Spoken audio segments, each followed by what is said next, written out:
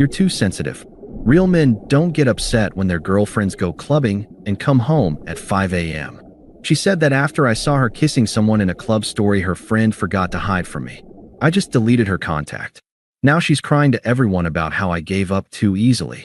Hey viewers, before we move on to the video, please make sure to subscribe to the channel and hit the like button if you want to see more stories like this. Thanks. I don't even know how to start this without sounding bitter, but I promise you, I'm not. I'm not angry. I'm not heartbroken.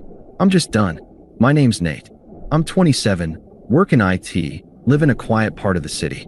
I've always been the kind of guy who doesn't chase drama. I cook, I clean, I show up when I say I will. I'm not flashy, I'm not alpha, and I'm not one of those guys who thinks being a man means acting like a caveman. I just want peace, respect, stability. And Sasha? She was chaos wrapped in perfume and compliments. We met at a friend's barbecue. She was funny, gorgeous, wild in that way that draws you in like a moth to a bug zapper. I should have seen it coming. She loved going out, dancing, bar hopping, rooftop lounges. I wasn't much of a party guy, but I never told her not to go. I just asked for communication. That's it. A text. A heads up. Hey, I'll be home late. Something. But every time I brought it up, it turned into a passive-aggressive therapy session. One night, she came home around 5:20 a.m. I was half asleep on the couch.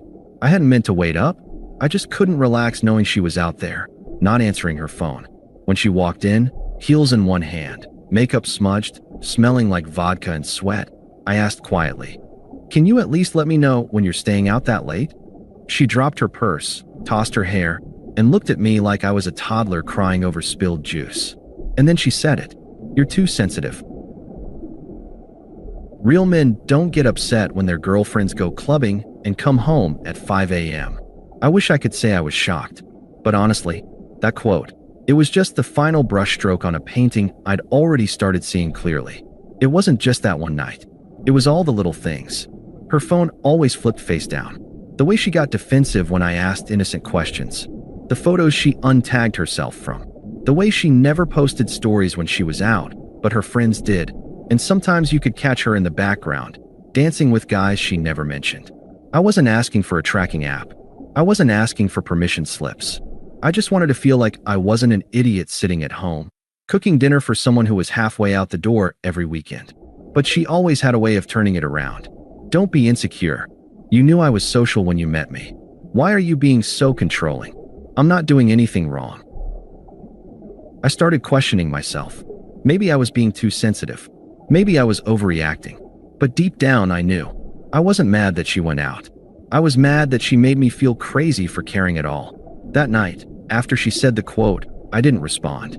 I just stood there, silent, watching her take off her makeup in the bathroom like nothing happened. She wasn't worried. She thought she'd won the argument. She didn't know I was already detaching. I went to bed without saying another word. I didn't even touch her. Just stared at the ceiling for hours while she snored beside me like a woman who believed she was untouchable. The next morning, she acted like everything was fine, kissed my cheek, grabbed her overpriced coffee, and left for brunch with her girls. And I sat there wondering how long I'd let myself live in a relationship where I felt like the background character in someone else's party montage. I didn't know it yet, but I was already halfway out the door. A week later, it happened.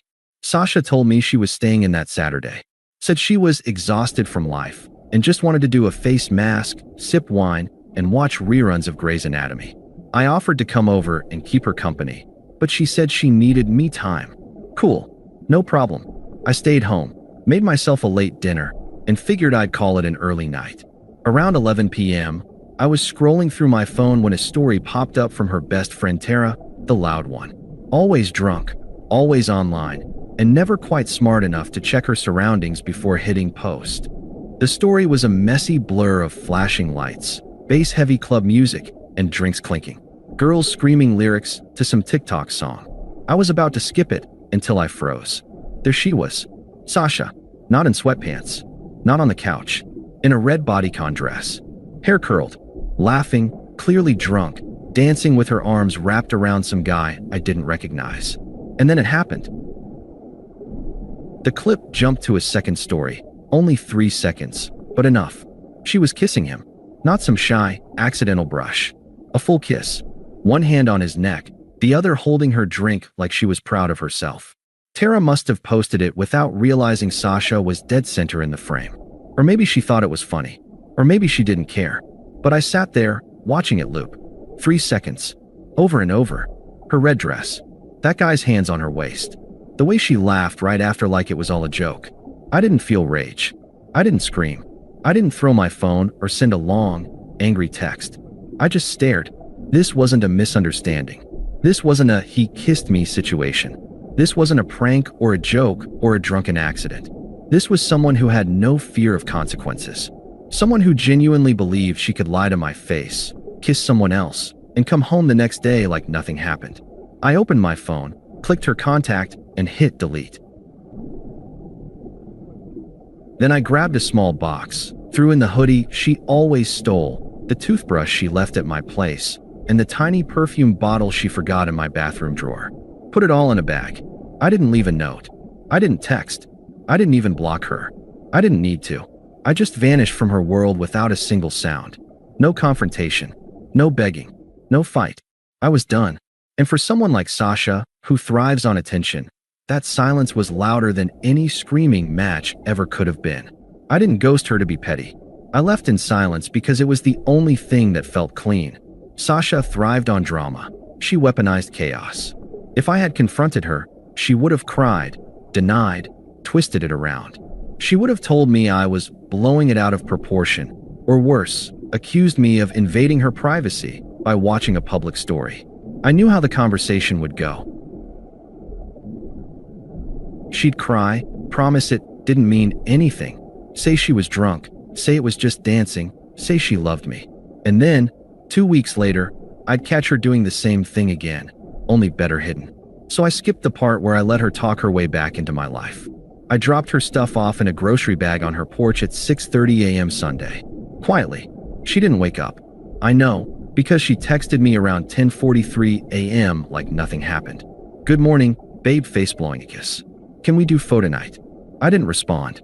At 2 p.m., "Did you sleep okay?" "I was thinking about you last night," pleading face. Nothing. By 6:15 p.m., it had shifted. "Are you mad at me?" And then, "Nate? What's going on? Is this about last night? What did you see?" That's when I knew it hit her. She was scrolling through her own friends' stories. Probably saw the same 3 seconds I did. Probably panicked. Probably texted Tara in all caps.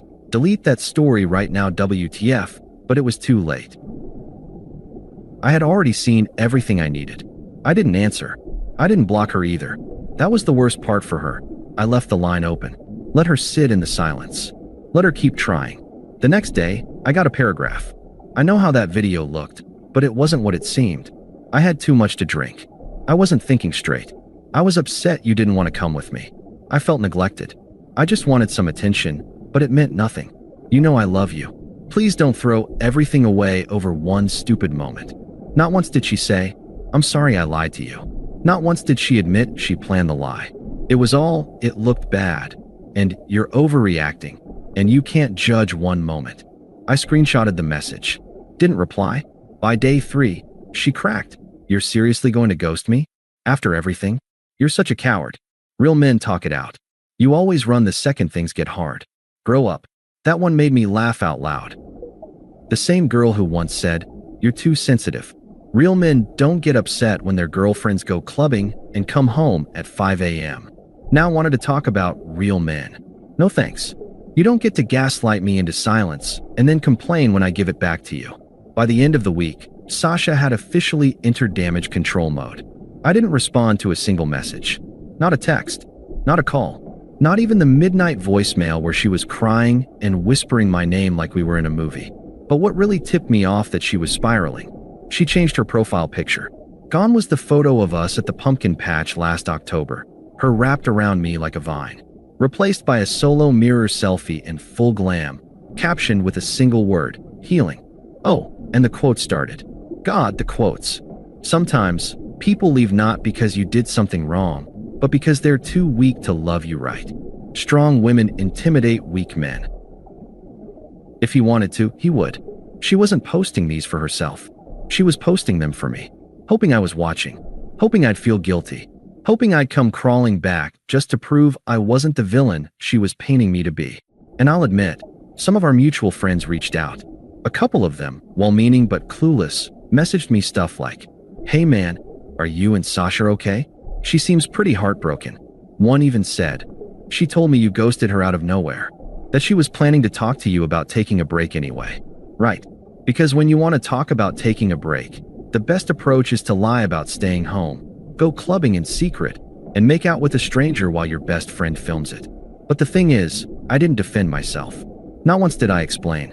Not once did I send the video. Not once did I try to clear my name. I let her spin her story, because deep down, people like Sasha always reveal themselves. You just have to give them enough rope. And sure enough, 3 weeks after I went no contact, the mask slipped. It started small. A friend of a friend told me she was venting about how hard it was to be loyal in a relationship where she didn't feel adored 24/7. Then came the comments about me being emotionally unavailable, too quiet, low energy. She had to shift the blame. She couldn't stomach the idea that she broke something good because she was selfish and reckless. So instead, she created a fantasy where I deserved it, where my silence was proof I never really cared. But none of it landed, because the truth has weight. It settles eventually. She messaged me again a month later. This time it wasn't rage, or guilt, or quotes. It was desperation. "I miss you. Please, Nate. Can we just meet and talk? Just once. You don't even have to say anything. I just need to see you." I left her on red. And that was the final nail. Not a scream. Not a block. Not a fight. Just indifference. I could almost feel her unraveling behind the screen. Because when you're used to manipulating people, there's nothing scarier than someone who doesn't flinch anymore. I hadn't seen her in person since the night of the club. I thought that was it. Done. I thought she'd eventually get the message, fade out like a phase she never expected to end. But Sasha was too theatrical for that. Too addicted to control. To her, silence wasn't closure, it was a cliffhanger. And sure enough, one rainy Thursday evening, she showed up, unannounced, standing at my door like a ghost that hadn't gotten the memo it was dead.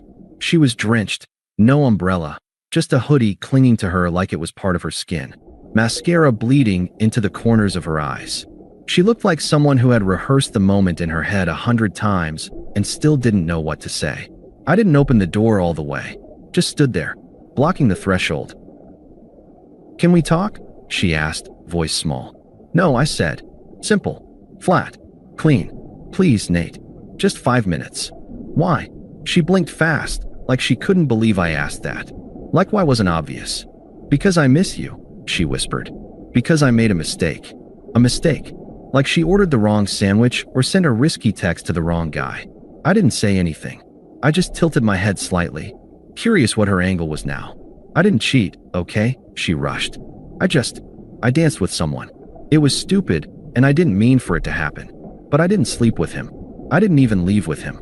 I came home, Nate. To you. That should mean something. There it was. The warped logic. The technicality defense. As long as she didn't physically fall into someone's bed, it didn't count. "You lied to my face," I said calmly. "You told me you were staying in. You looked me in the eye and lied. And then you went out, got drunk, and let another guy grope you like I didn't exist." She flinched. I didn't raise my voice. Didn't curse. Just stated it, plainly. That was what made it land so hard. It was one night. It was one truth. And you broke it. She was crying now. Shoulders shaking, lips trembling, mascara running like black veins down her face. "I didn't want to lose you," she choked out. "You didn't want to, but you didn't care enough not to." Silence. Just rain tapping the railing behind her. "I was scared you'd say no if I told you the truth. So you gave me a version of you I didn't consent to love." That hit her. She reached out, not to touch me, but to beg. Like if she held her hands out long enough, I'd fill them again with the pieces she shattered. "Please, I'll do anything. We can start over."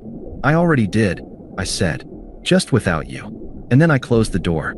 No slamming, no theatrics. Just the solid, unmistakable click of something being finished.